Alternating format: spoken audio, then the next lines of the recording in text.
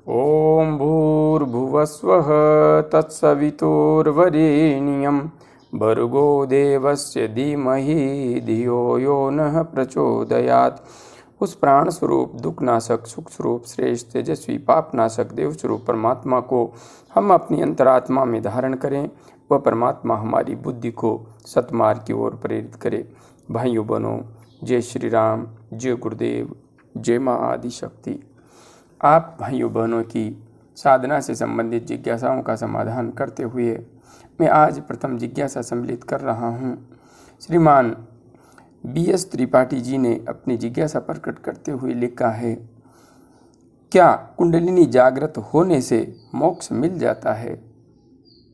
BS Tripathi ji, बिल्कुल कुंडलिनी जागृत होने से ही मोक्ष मिलता है, क्योंकि बंधन एवं मुक्ति का सत्य यही है कि जिस चक्र के साथ हमारी प्राण ऊर्जा विशेष रूप से जुड़ी होती है, हमारी अंत समय में गति वैसी ही होती है।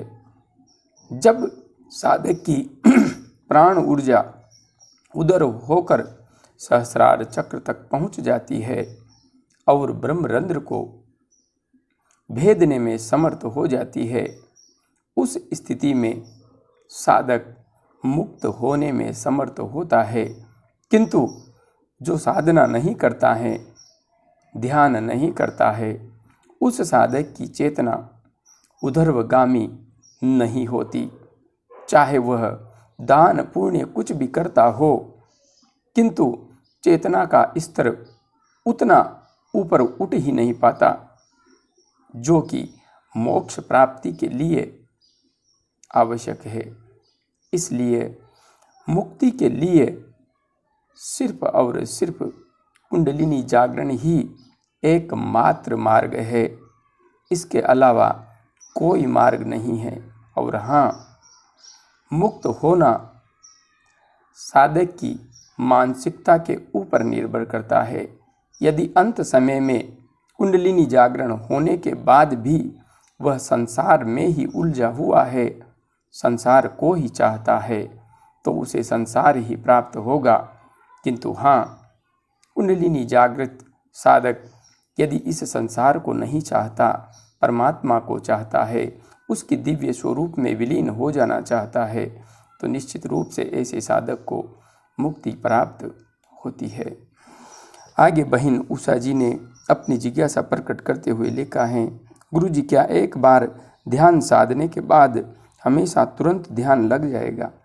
बिल्कुल बहन जी, एक बार यदि ध्यान सध जाता है तो बाद में तुरंत ध्यान लग जाता है।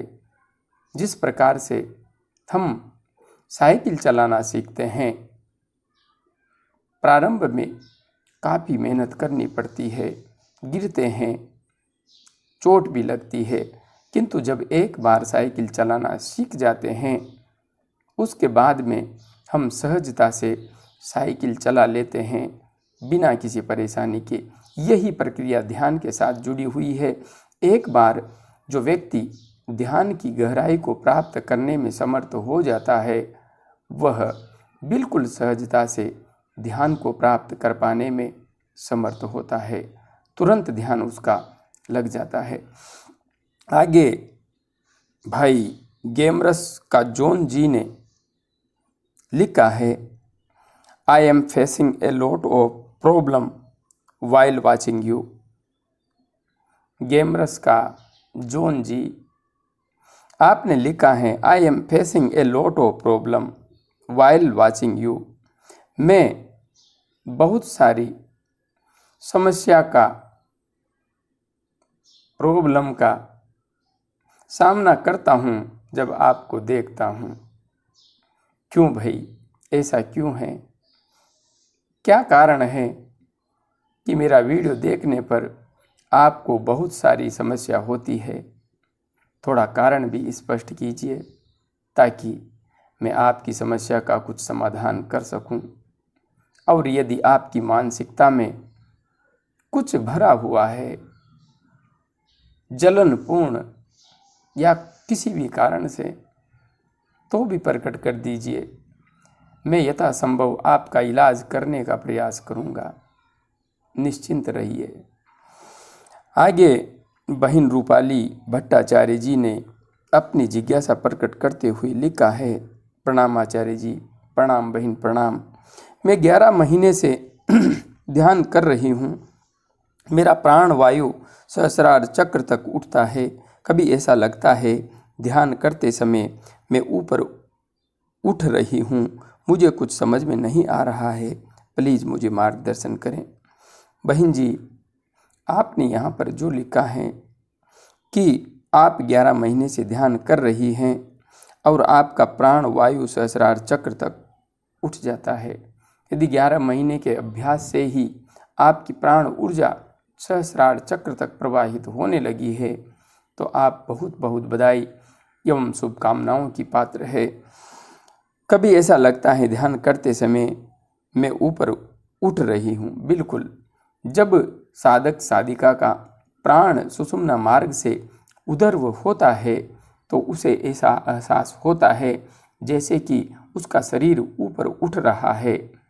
कभी कभी ऐसा भी लगता है जैसे कि वह हवा में झूलने लगा है, किंतु वास्तविकता यही होती है कि वह धरती पर ही बैठा होता है। प्राण के उदर्व होने की वजह से ऐसे अनुभव साधकों को आते हैं। इसलिए इसमें आपको डरने एवं घबराने की कोई भी बात नहीं है। आप साधना करती रहिए, निरंतर साधना मार्ग पर आगे बढ़ती रहिए। हाँ, सुषुम्ना नाड़ी में प्राण का प्रवाह कैसे करें, हमारे इस चैनल के वीडियो को अवश्य देख लीजिए और आगे बढ़ती रहिए। कोई भी समस्या यहाँ पर नहीं है, आप बस सहजता से निरंतर आगे बढ़ती रहिए। आगे श्रीमान KW जी ने अपनी जिज्ञासा प्रकट करते हुए लिखा है, प्रणाम सर जी, प्रणाम KW जी, प्रणाम। मैं करीब 3 साल से आज्ञा चक्रा पर ध्यान कर रहा हूँ। कोई अनुभव तो हुआ नहीं, लेकिन आज्ञा चक्र पर दबाव खिंचाव होता है और कभी कभी ध्यान अपने आप आज्ञा चक्र पर चला जाता है। कृपया मार्गदर्शन करें। आप 3 वर्ष से आज्ञा चक्र पर ध्यान कर रहे हैं। आपने लिखा है कोई अनुभव तो नहीं हुआ, किंतु आज्ञा चक्र पर दबाव हो रहा है, खिंचाव हो रहा है। यही तो अनुभव है, दबाव हो रहा है, खिंचाव हो रहा है। आज्ञा चक्र ध्यान के परिणाम स्वरूप अब क्रियाशील होने लगा है, जागृत होने लगा है। और हाँ, आज्ञा चक्र पर अपने आप आपका ध्यान चला जाता है। इसका अर्थ है आपका ध्यान टिक गया है, एकाग्र हो गया है। और हाँ, अब निश्चित मानिए आपको बहुत सारे अनुभव बहुत जल्दी होने वाले हैं। बस सुषुम्ना नाड़ी में प्राण का प्रवाह कैसे करें और आज्ञा चक्र का जागरण कैसे करें, अपने इन वीडियो को देख लीजिए। बस आपको कोई भी समस्या नहीं होगी, सहजता से आप आगे बढ़ पाएंगे। आगे भाई मंटू पासवान जी ने अपनी जिज्ञासा प्रकट करते हुए लिखा है, गुरुजी प्रणाम, प्रणाम भाई प्रणाम। मैं 6 महीने से ध्यान कर रहा हूँ, लेकिन मैं 30 मिनट से अधिक ध्यान नहीं कर पाता हूँ। 30 मिनट होते होते मेरे पैरों में झुनझुनी होने लगती है। कृपया मार्गदर्शन करें। आप 6 महीने से ध्यान कर रहे हैं और 30 मिनट से अधिक ध्यान नहीं कर पा रहे हैं। आप मेरा वीडियो आसन सिद्धि देख लीजिए। सुषुम्ना नाड़ी में प्राण का प्रवाह कैसे करें उसको भी देख लीजिए। आज्ञा चक्र का जागरण कैसे करें और ध्यान कैसे करें, इन वीडियोस को देख लीजिए। हाँ, जो आपको पैरों में समस्या हो रही है, इसके लिए आसन सिद्धि वीडियो आपके लिए संपूर्ण समस्या का समाधान करने वाला सिद्ध होगा। आप देखिए, आपकी समस्या का समाधान निश्चित रूप से होगा। आगे बहन सुरभि शर्मा जी ने अपनी जिज्ञासा प्रकट करते हुए लिखा है, गुरुजी प्रणाम, प्रणाम बहन प्रणाम। गुरुजी, मैं 1 साल से ध्यान कर रही हूँ। अब मेरे आज्ञा चक्रा पर सेंसेशन हो रहा है और सर के मध्य हल्का दर्द हो रहा है। क्या मैं सही जा रही हूँ? कृपया मार्गदर्शन करें। बहन, आप 1 वर्ष से ध्यान कर रही हैं। यदि मेरे वीडियो सुषुम्ना नाड़ी में प्राण का प्रवाह कैसे करें उसको आपने देख लिया है, उस विधि का अनुसरण करते हुए आप आगे बढ़ रही हैं, तो निश्चित है आप बिल्कुल सही जा रही हैं। और यदि आपने नहीं देखा है फिर भी आप जिस किसी भी विधि का अनुसरण कर रही हैं सही ही जा रही हैं, किंतु हाँ, आगे आप सहजता से आगे बढ़ सकें बिना किसी परेशानी के, इसके लिए सुषुम्ना नाड़ी में प्राण का प्रवाह कैसे करें और आज्ञा चक्र का जागरण कैसे करें, दोनों वीडियो अच्छी तरह से देख लीजिए। विधि को अपनी साधना में सम्मिलित कीजिए और आगे बढ़ती रहिए। बिल्कुल आप सही जा रही हैं और आगे सहजता से आगे बढ़ पाएंगी। आगे बहन सिद्धि बसवाल जी ने अपनी जिज्ञासा प्रकट करते हुए लिखा है, प्रणाम गुरुजी, प्रणाम बहन, प्रणाम। ध्यान के समय मैं ओम नमो भगवते वासुदेवाय मंत्र का जप करती हूँ। क्या मुझे गायत्री मंत्र का जप करना चाहिए? कृपया बताएं। बहन, आप ओम नमो भगवते वासुदेवाय मंत्र का जप करती हैं। आपने पूछा है क्या मुझे गायत्री मंत्र का जप करना चाहिए, तो मैं तो यही कहूँगा प्रत्येक साधक से कि हाँ, गायत्री महामंत्र का जप प्रत्येक साधक साधिका को करना चाहिए, क्योंकि उस पूर्ण ब्रह्म परमात्मा की दिव्य चेतना से, दिव्य ऊर्जा से, दिव्य शक्ति से जुड़ने में जितना गायत्री महामंत्र सहायक है उतना मैंने अन्य किसी मंत्र को सहायक नहीं पाया है। क्योंकि गायत्री महामंत्र की जो तरंगे हैं, जो ऊर्जा है, वह अद्भुत है, दिव्य है। इसलिए आपको गायत्री महामंत्र का जप करना चाहिए। आगे बहन ऋतु राजपूत जी ने अपनी जिज्ञासा प्रकट करते हुए लिखा है, गुरुजी, 11 माला जप करने में कितना समय लगना चाहिए? हमें 2 घंटे लगते हैं 10 माला जप करने में। हम 2 पार्ट में सुबह शाम 5-5 माला जप करते हैं। बहन जी, आपने जो प्रश्न पूछा है वह वास्तव में ही प्रारंभिक साधकों के लिए बहुत महत्वपूर्ण है, क्योंकि प्रारंभिक साधक किसी भी तरह से 11 माला तक नहीं पहुंच पाते, क्योंकि प्रारंभिक साधक को 1 माला जप करने में ही 20 मिनट का समय लगभग लग जाता है।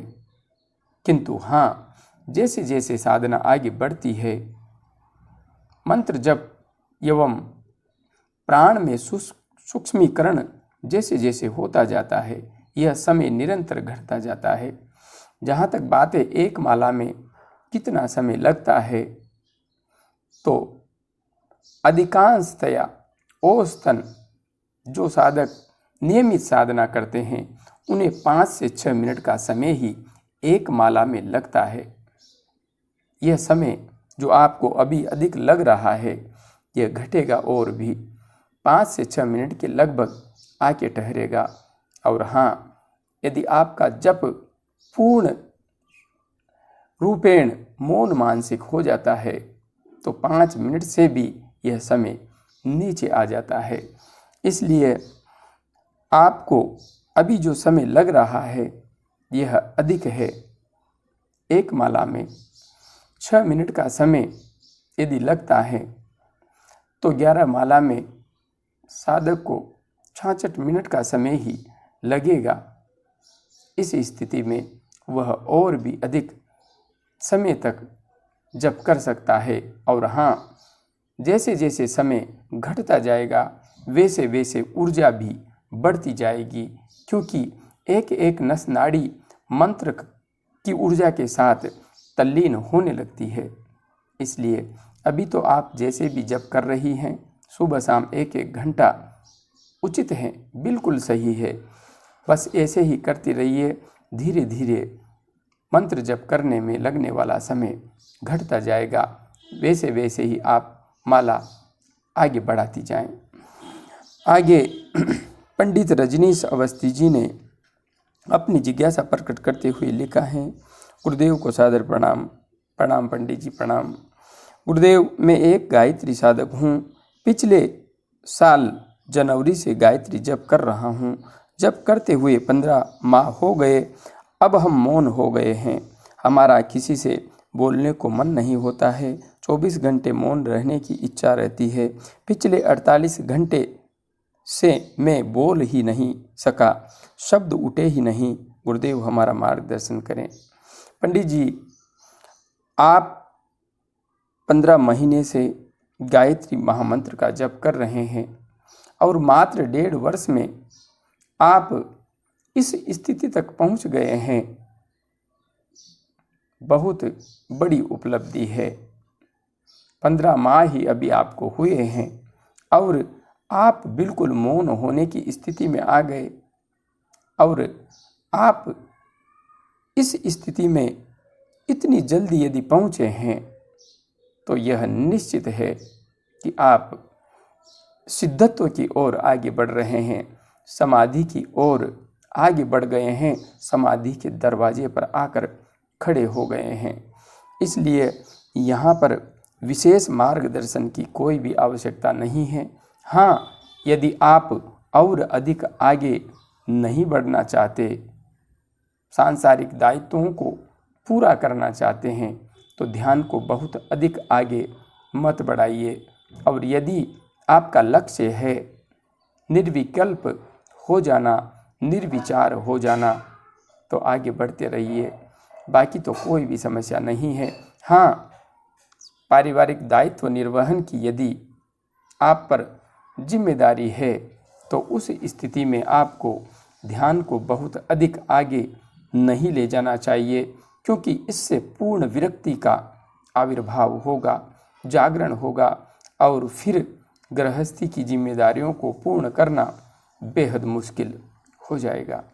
इसलिए आप अपनी स्थिति को समझते हुए ध्यान के मार्ग पर, साधना के मार्ग पर आगे बढ़िए।